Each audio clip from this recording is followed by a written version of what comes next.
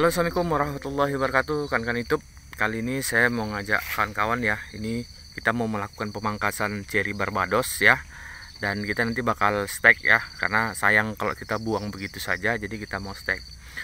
Kemudian untuk menanggapi pertanyaan kawan-kawan yang kemarin ya, itu tentang cherry Barbados. Ada yang nanya, bang itu bisa nggak berbuah di dataran yang rendah gitu ya? Ya, saya ini sebenarnya kondisinya di dataran yang rendah karena MDPL di sini cuma 18 MDPL. Jadi dengan kondisi dataran yang rendah sebenarnya ini gampang berbuah ya, karena memang cherry Barbados itu jenis cherry yang mudah sekali berbuah. Dan ini memang kondisinya lagi nggak berbuah ya, hanya ada beberapa yang berbuah karena ini lagi sebelumnya ini musim kemarau di sini, dan ini sudah 2 hari ini hujan ya. Nah biasanya setelah hujan ya itu biasanya bakal muncul bunga-bunga yang baru. Nah setelah ini insya Allah nanti bakal segera berbuah lagi ya. Jadi menjawab pertanyaan kawan yang kemarin itu, di dataran rendah pun ini bisa tetap berbuah ya, seperti itu kawan-kawan. Nah kali ini saya akan sharingkan ya bagaimana cara memperbanyak ya atau menyetek dari tanaman cherry Barbados ini ya, supaya kita bisa budidayakan lebih banyak lagi. Oke, sekarang kita pangkas dulu ya kawan-kawan. Nanti saya kasih tahu bagaimana cara menyeteknya.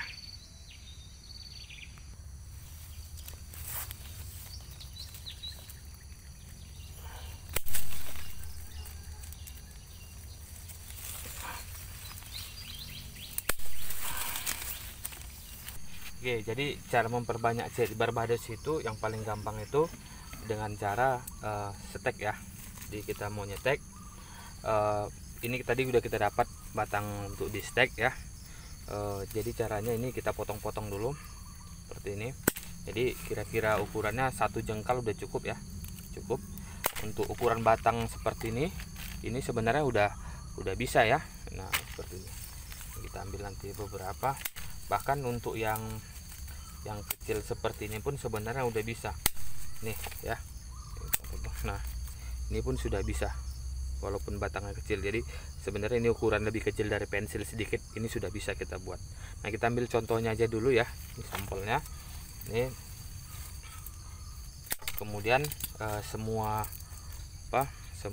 daunnya ini kita buang aja, sisakan yang di atas saja nanti. Nah, ini cepat ya.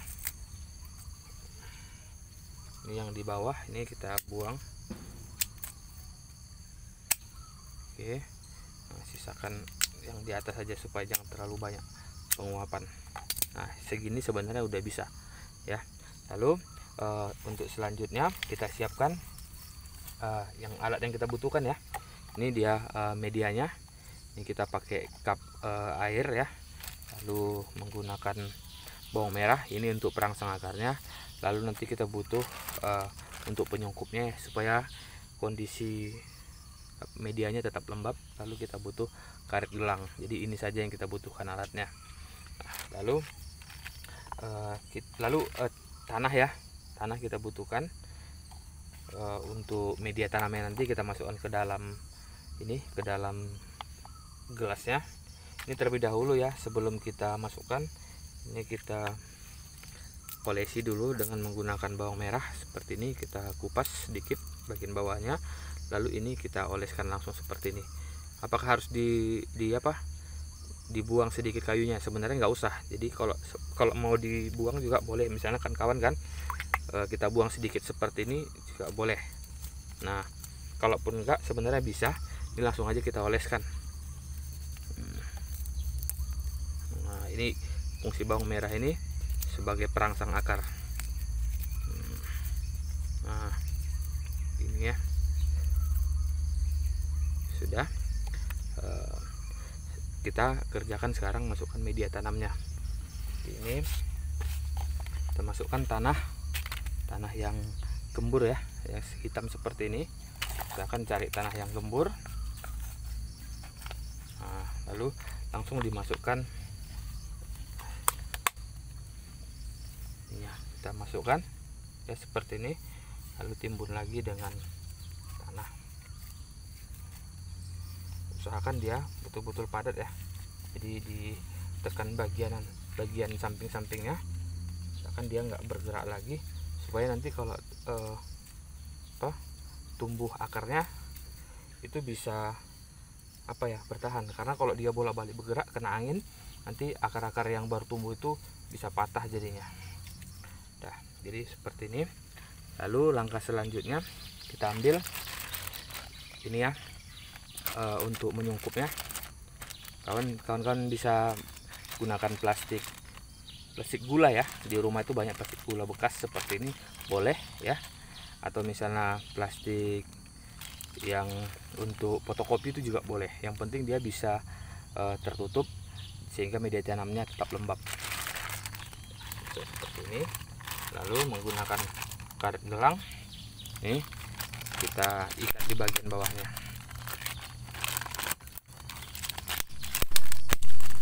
Nah, catatan kawan-kawan ya, jadi media tanamnya itu tadi harus kondisinya lembab dulu ya, karena di sini tadi malam baru hujan, jadi media tanamnya ini dia cukup lembab. Nah, jadi nggak usah kita kasih air lagi. Tapi kalau kawan-kawan misalnya media tanamnya kering ya, dibasahin dulu ya, tapi nggak usah terlalu banjir gitu ya. Dia harus cukup lembab, itu udah bisa. Oke, nah seperti ini sudah oke. Jadi sekitar paling lama 1 bulan ya, paling lama 1 bulan itu nanti bakal muncul tunas-tunas yang baru. Nanti kelihatan juga akar-akarnya di bagian bawah. Nah, untuk contohnya ini stek-stek kita yang sudah berhasil sebelumnya ya, ini. Nah, seperti ini. Dan ini juga, ini batang kecil yang seperti saya kasih tahu tadi ya, di bawah ukuran pensil sebenarnya pun bisa kita lakukan penyetekan. Ini juga pertumbuhannya bagus, akarnya juga rame ya. Ini juga. Nah, jadi nanti kalau udah seperti ini udah bisa kita pindahkan ke media tanam langsung ya, media yang lebih besar, sehingga nanti dalam pot pun sebenarnya cherry barbados ini bisa berbuah ya, dalam pot. Kemudian di dataran rendah, di MDPL rendah seperti saya 18 MDPL, ini sebenarnya bisa tumbuh. Jadi oke, itu aja kan kawan ya, mudah-mudahan ini bisa bermanfaat dan bisa kawan-kawan praktekkan di rumah. Assalamualaikum warahmatullahi wabarakatuh.